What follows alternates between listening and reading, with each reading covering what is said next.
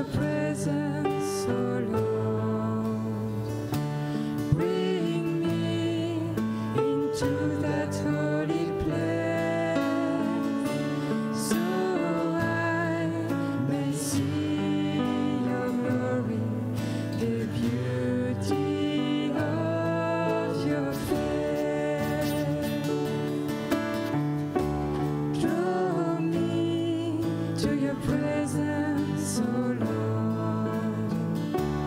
Bring me into that holy place. We bow down before your throne in this holy place. One thing I ask of you, oh Lord, the desire of my heart, that I may live in your temple, oh Lord, from this day forth. One thing I ask of you, oh Lord, the desire of my heart, that I may live in your temple, oh Lord, from this day forth. Draw me to your presence, oh Lord. Bring me into that holy place, so I may see your glory, the beauty of your face.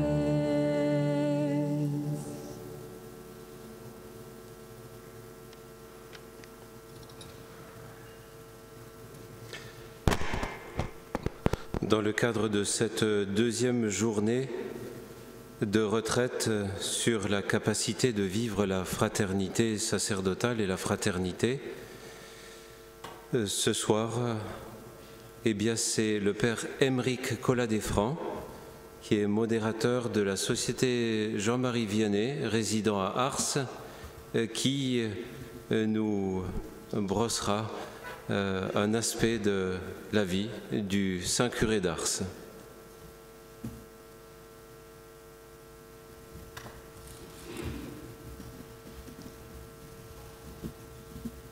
Voilà, bonsoir à tout le monde. Je ne suis pas forcément un grand spécialiste du Saint Curé d'Ars, mais je remercie le Père Patrice de m'avoir donné l'occasion d'approfondir cet aspect de la vie fraternelle du Saint Curé. Ce n'est pas comme cela, effectivement, qu'on me l'a enseigné quand j'étais dans les années 80 au séminaire. On me l'a souvent décrit, le curé d'Ars, comme quelqu'un d'assez solitaire dans l'exercice de son ministère. Et donc, ça m'a permis de repartir aux sources et de comprendre un petit peu quelle a été sa vie et comment il a exercé ce ministère aussi avec d'autres prêtres. On va demander simplement le premier slide. Voilà, voilà le plan, simplement. Le premier point sera tout d'abord qu'est-ce qui a forgé son être sacerdotal, cette capacité à vivre en fraternité, à vivre la fraternité, quel était son terreau, le soubassement. Et puis le deuxième point, ce sera dans la deuxième partie, comment il a vécu cette fraternité sacerdotale avec les autres prêtres, ceux qui ont vécu avec lui au presbytère d'Ars, comme avec ceux de son presbytérium. Et puis, on essaiera de regarder très succinctement son actualité pour nous, comme prêtres, la manière dont on peut vivre cette fraternité dont le frère Enzo nous a largement parlé cet après-midi. Premier point, tout d'abord, ce qui a forgé son être sacerdotal, cette capacité à vivre la fraternité, ça va être le deuxième slide. Cette fraternité, il l'a appris d'abord en famille. Il ne vient pas de nulle part.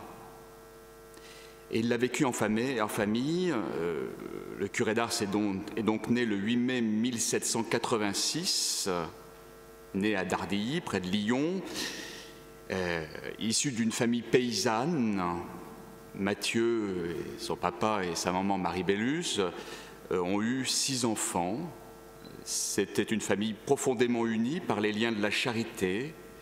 Et c'est la foi qui poussait cette famille, cette humble famille, à agir et accueillir très régulièrement des pauvres à leur table. Il pouvait y en avoir jusqu'à 10 par jour. Ce n'est pas rien. 10 par jour. Le grand-père de Jean-Marie Vianney avait même accueilli Saint Benoît Labre, dont ils ont gardé une lettre qu'il leur avait envoyée, leur annonçant qu'un saint naîtra dans leur propre famille. Donc, la fraternité d'abord vécue en famille. Cette fraternité, il l'a vécue dès sa formation sacerdotale avec l'abbé Ballet au presbytère d'Écully, fin 1806 jusqu'à son ordination en 1815, c'est-à-dire pendant 9 ans. Jean-Marie Vianney dira de lui, « Pour aimer le bon Dieu, il suffit de regarder l'abbé Ballet et de l'entendre discourir sur Dieu. » C'était effectivement un pédagogue, un maître spirituel qui savait tirer le meilleur de chacun. L'abbé Ballet avait le souci des vocations et pour cela, il constituera une école presbytérale où il accompagnera de nombreuses vocations jusqu'au sacerdoce. Il ne leur dispensera pas seulement des cours, mais il les invitera à le suivre sur le chemin de la sainteté, de la radicalité évangélique, en leur enseignant la piété, l'ascèse, la charité fraternelle. Paul VI disait dans Evangelii Nuntiandi, au numéro 41, cette phrase bien connue, « L'homme contemporain écoute plus volontiers les témoins que les maîtres, ou s'ils écoutent les maîtres, c'est parce qu'ils sont des témoins. » L'abbé Ballet sera pour Jean-Marie d'abord un maître, parce qu'avant tout un témoin authentique. N'oublions pas que l'abbé Ballet avait été un prêtre réfractaire pendant la Révolution française et qu'il avait dû risquer sa vie dans la clandestinité à de nombreuses reprises par souci du salut des âmes. Il ne retrouvera sa charge officielle qu'en 1803, soit après 12 années de clandestinité héroïque.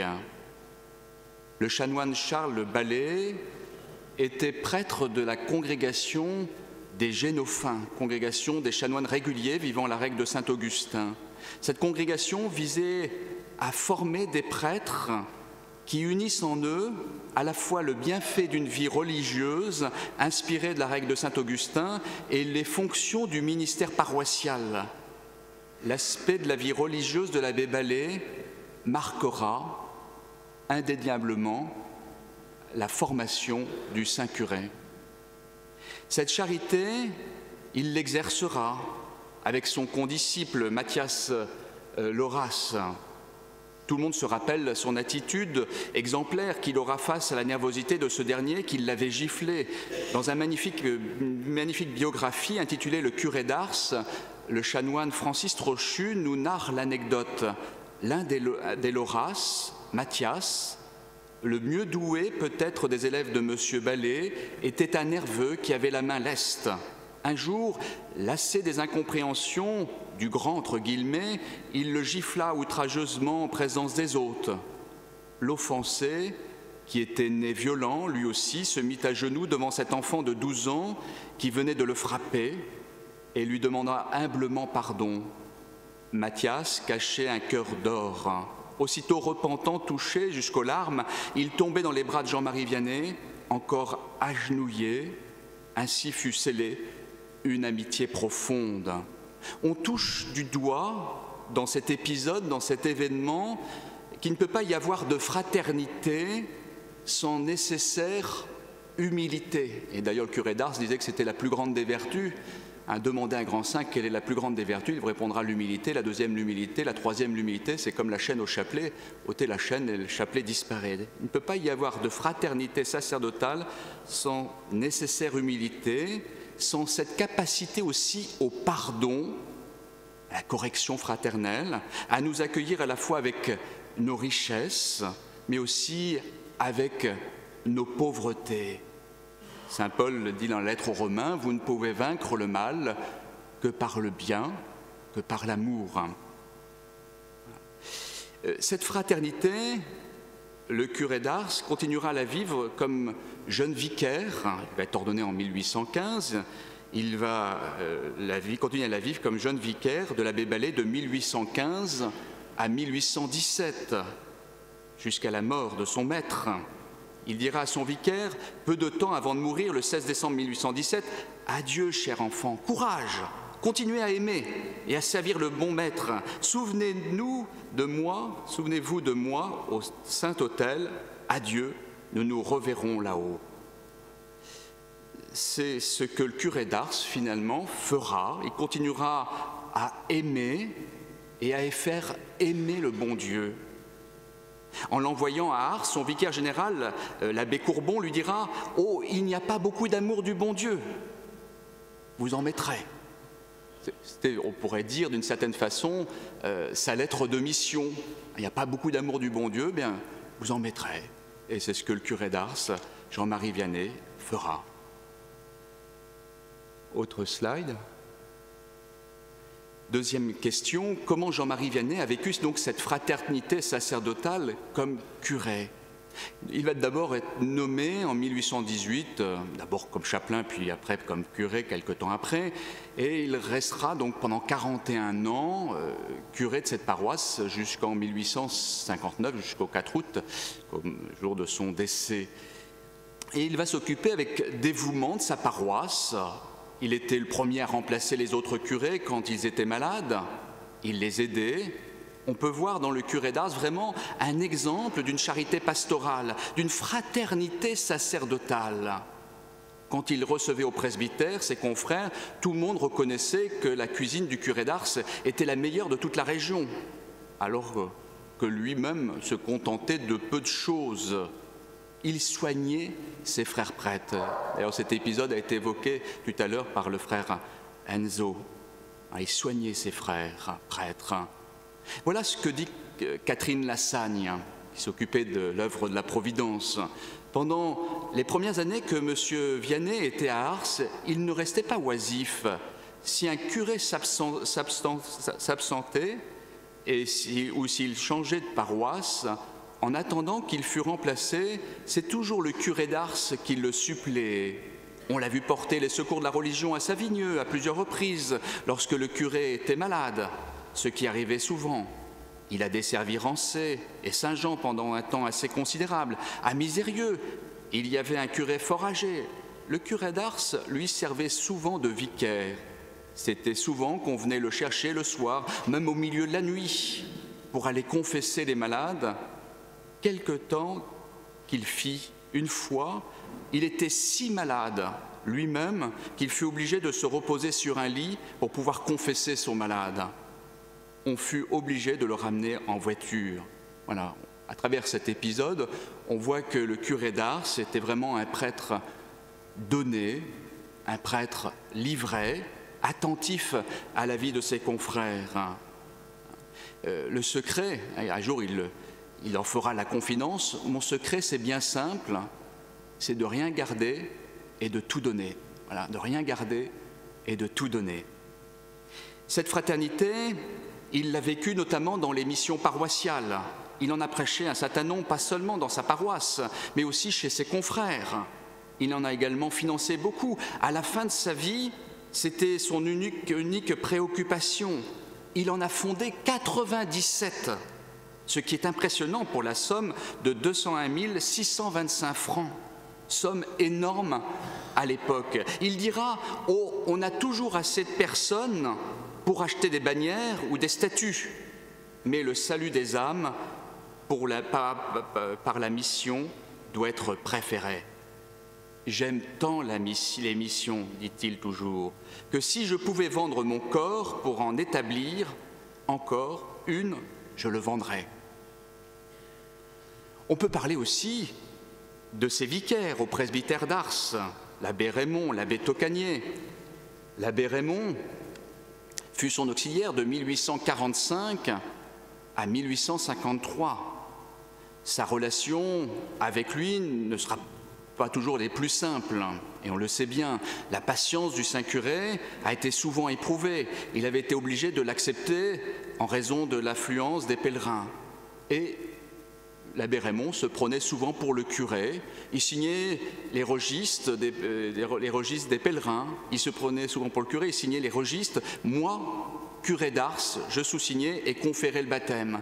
Il se considérait vraiment comme le curé coadjuteur et considérait plus le titre de curé pour le curé d'Ars comme un titre honorifique. Et la réaction du saint curé sera vraiment celle d'un saint.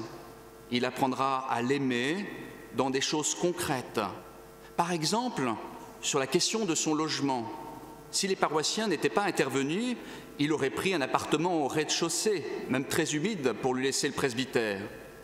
Quand les paroissiens s'en sont aperçus, ils ont dit « Nous ne consentirons pas à ce que notre bon curé soit dérangé de sa maison et de ses habitudes. Nous ne voulons absolument pas, ou bien nous ferons un scandale. » Ça montre l'amour qu'ils avaient pour leur saint curé.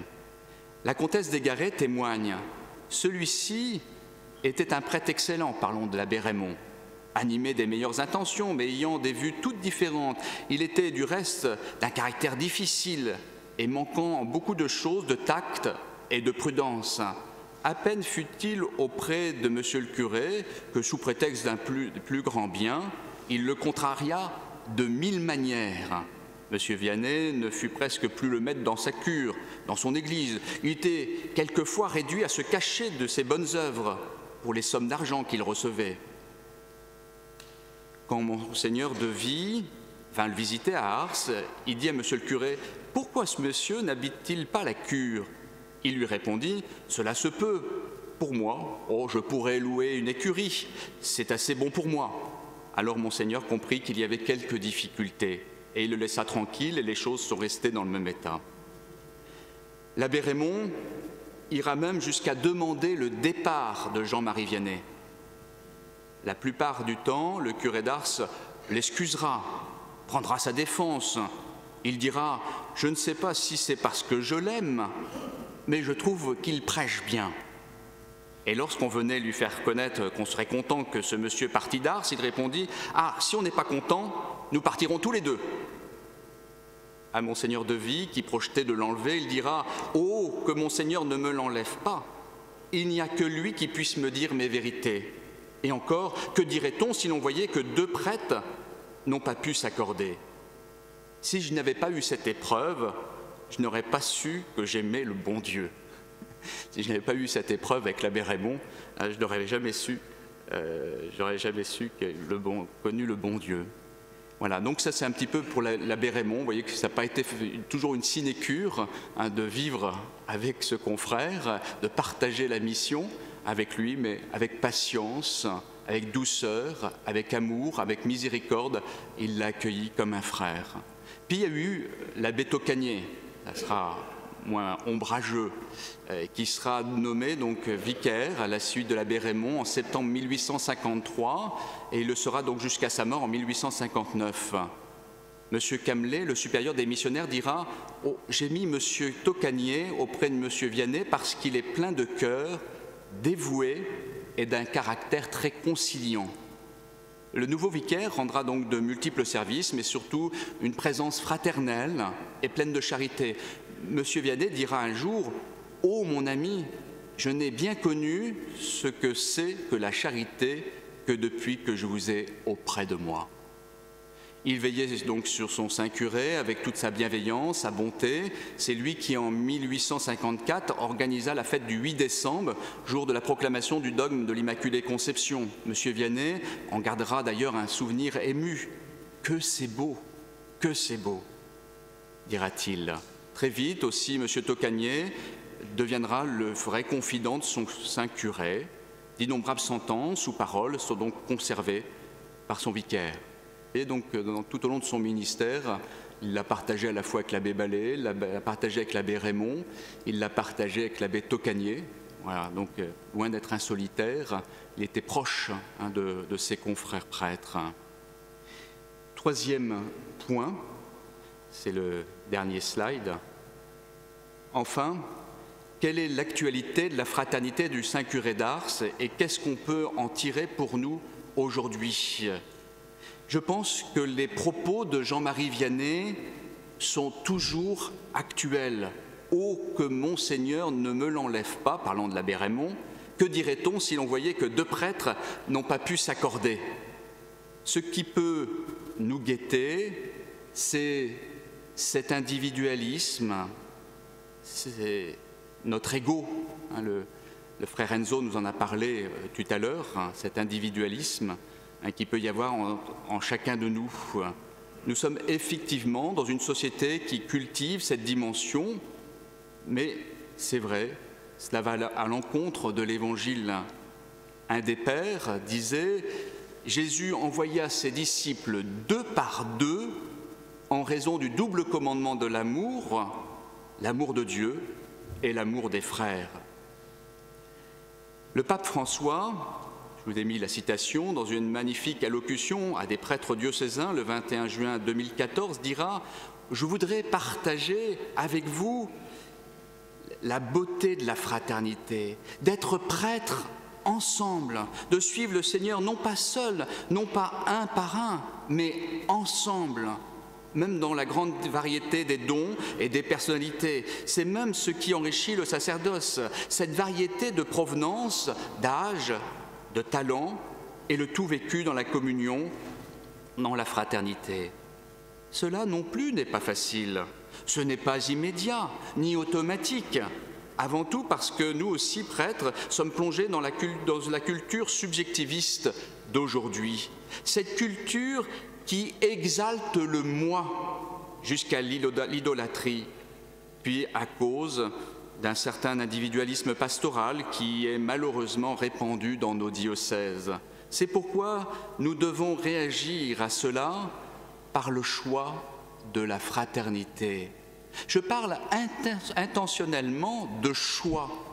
Ce ne peut être uniquement une chose laissée au hasard, aux circonstances favorables. Non, c'est un choix qui correspond à la réalité qui nous constitue, au don que nous avons reçu, mais qui doit toujours être écouté et cultivé, la communion dans le Christ, dans le presbytérat, autour de l'évêque. Cette communion demande à être vécue en cherchant des formes concrètes, adaptées au temps et à la réalité du territoire, mais toujours dans une perspective apostolique, avec un style missionnaire, avec fraternité et simplicité de vie, lorsque Jésus dit « À ceux-ci, tous reconnaîtront que vous êtes mes disciples si vous avez de l'amour les uns pour les autres », dans Saint Jean. Il le dit certainement pour tous, mais avant tout pour les 12 et pour ceux qu'il a appelés à suivre de plus près. Je pense que le pape François touche un point essentiel en disant que c'est une réalité qui nous constitue au don que nous avons reçu. C'est-à-dire qu'il y a quelque chose qui est sacramentel en nous, quelque chose qui nous unifie dans cette sacramentalité que nous avons reçu, de ce sacrement que nous avons reçu au jour de notre ordination. La fraternité sacerdotale a quelque chose de sacramentel. Elle fait partie de notre être le plus profond. Nous y avons été marqués ontologiquement par la grâce de notre ordination. Ce n'est donc pas une option, un choix personnel. C'est Jésus lui-même qui l'a voulu, comme il le dit en Saint Jean, chapitre 13. C'est l'amour que vous aurez les uns pour les autres, qu'on vous reconnaîtra pour mes disciples. Quand on voit vivre le curé d'Ars avec l'abbé Ballet ou avec ses vicaires, l'abbé Tocanier, l'abbé Raymond, on voit qu'une profonde vie spirituelle les a unis autour de l'Eucharistie, adorée, célébrée, la prière mariale, une vie d'ascèse et de partage. Si Jean-Marie Vianney est devenu ce grand saint, c'est en raison de la sainteté de son maître. car entre eux, une véritable complicité est née, une émulation pour marcher sur le chemin de la sainteté. Cette vie fraternelle est possible que là où il y a une profonde vie spirituelle entre prêtres. Moi, je pense que c'est l'aspect essentiel. On peut vivre dans un même presbytère, partager la même mission, s'il n'y a pas de vie spirituelle, s'il n'y a pas de prière, notre mission ne sera pas féconde. Comme dit Saint Jean 23, l'homme n'est jamais aussi grand que quand il commence à se mettre à genoux. Et je crois que le premier devoir d'un prêtre et d'une fraternité de prêtres dans un presbytère qui vit la vie commune, c'est d'abord d'adorer le Seigneur, de le célébrer, de le louer, de le bénir, de le nourrir, de nous soutenir justement mutuellement, de partager ensemble. C'est là effectivement que découlera la fécondité de la mission. Je pense que l'idéal pour qu'une fraternité soit effective, il faut aussi que nos missions soient au maximum unifiées pour être unifiantes. Il est important que dans une fraternité, nos missions ne soient pas éclatées. On peut très bien avoir une charge diocésaine, mais il est important qu'on puisse construire ensemble des projets sur une paroisse, un pôle missionnaire, un territoire donné. Ce travail de collaboration est fondamental pour que la communauté puisse grandir, que chacun puisse apporter ses charismes et que nous puissions éprouver ce soutien mutuel dans la mission, qu'on puisse s'édifier mutuellement, qu'on puisse éprouver justement les bienfaits de la fraternité entre prêtres, mais aussi avec les laïcs. Cela évite bien des enfermements, comme dit souvent le pape François, ces enfermements autoréférentiels qui nous poussent finalement à nous recroqueviller sur nous-mêmes. En conclusion, je pense que les propos de Jean-Marie Vianney sont toujours actuels. « Oh, que Monseigneur ne me l'enlève pas », parlant de l'abbé Raymond, que dirait-on si l'on voyait que 2 prêtres n'ont pas pu s'accorder? Notre témoignage de vie sera appelant pour de nombreux jeunes que si nous sommes animés par une même charité fraternelle.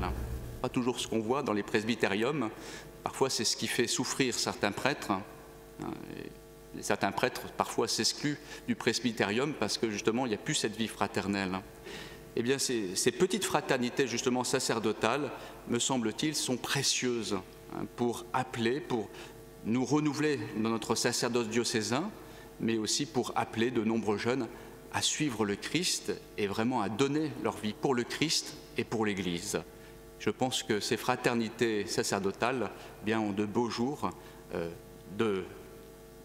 devant nous. Je pense que toutes ces petites fraternités que nous pouvons vivre ça et là, autour de familles spirituelles, nous vivons, nous, bien humblement, autour de la Société Jean-Marie Vianney à l'école du Saint-Curé d'Ars, mais d'autres parmi vous appartiennent à d'autres familles spirituelles, et je crois que c'est une bénédiction du Seigneur.